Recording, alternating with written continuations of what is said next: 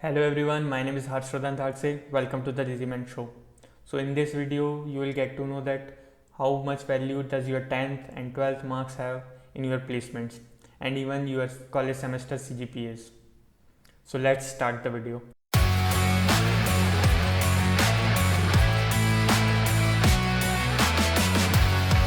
So there are several factors that can affect your placements, right from the marks of 10th, 12th and your semester marks and even gap in your education and backlogs.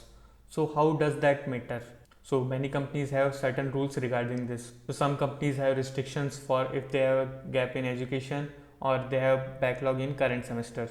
So here is the thing, a single paper cannot decide your future, right? Really? But these are a lot of paper, 10, 12th and year semesters, isn't it? So the fact is true.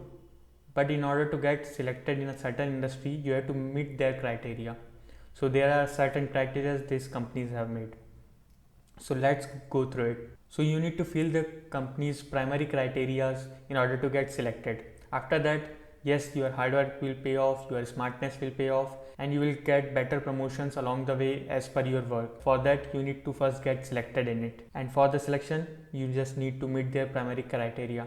Because they have a lot of students, the population is so high that they need to select very few candidates out of a large population. So they are asking for some criteria to be fulfilled for the same. So even though you are very talented and you have specific requirements according to the job profile, but how you will tell that you are qualified in it? So for that, first you need to even appear in the any rounds, like whether it is a written round or interview round. But even before that, they are asking for the criteria. So this is why your marks matters while applying for the jobs in an IT industry. Although there are some companies that doesn't ask for such things, but still there are a large number of companies that ask for it. So in order to increase your probability, you need to just play safe. So here is a real story of my friend that he is quite good at the technical skills that the company demands. So he is good at DSA and programming skills, but his percentage in 10th was less than 60. So he could not appear for a lot of companies. Like the 60 is the base criteria of a lot of companies that I have seen in my campus placements. So he just moved out of competition from a lot of companies. So at last he had to settle for a less paying job according to the hard work that he has done in his college days. And I have personally seen him that he was very qualified for the various jobs, even double, triple of the package that he is currently working at.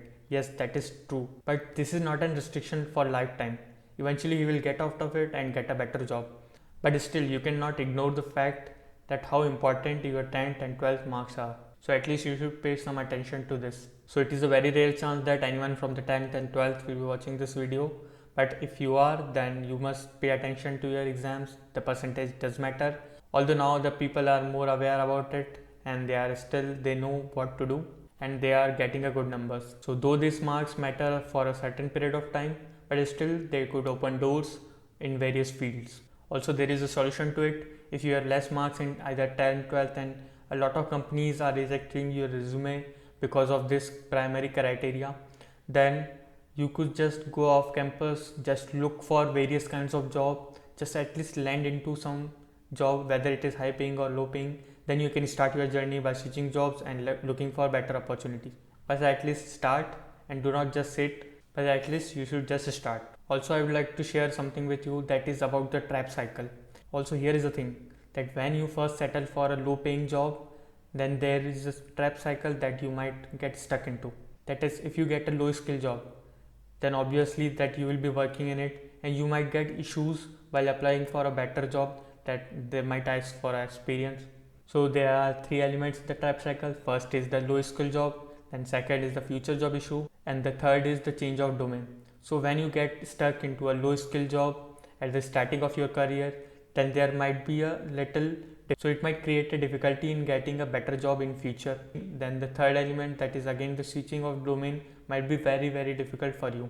So in order to burst this trap cycle, you need to work very hard, and a lot of people do this. This is not a rare criteria, it is common nowadays.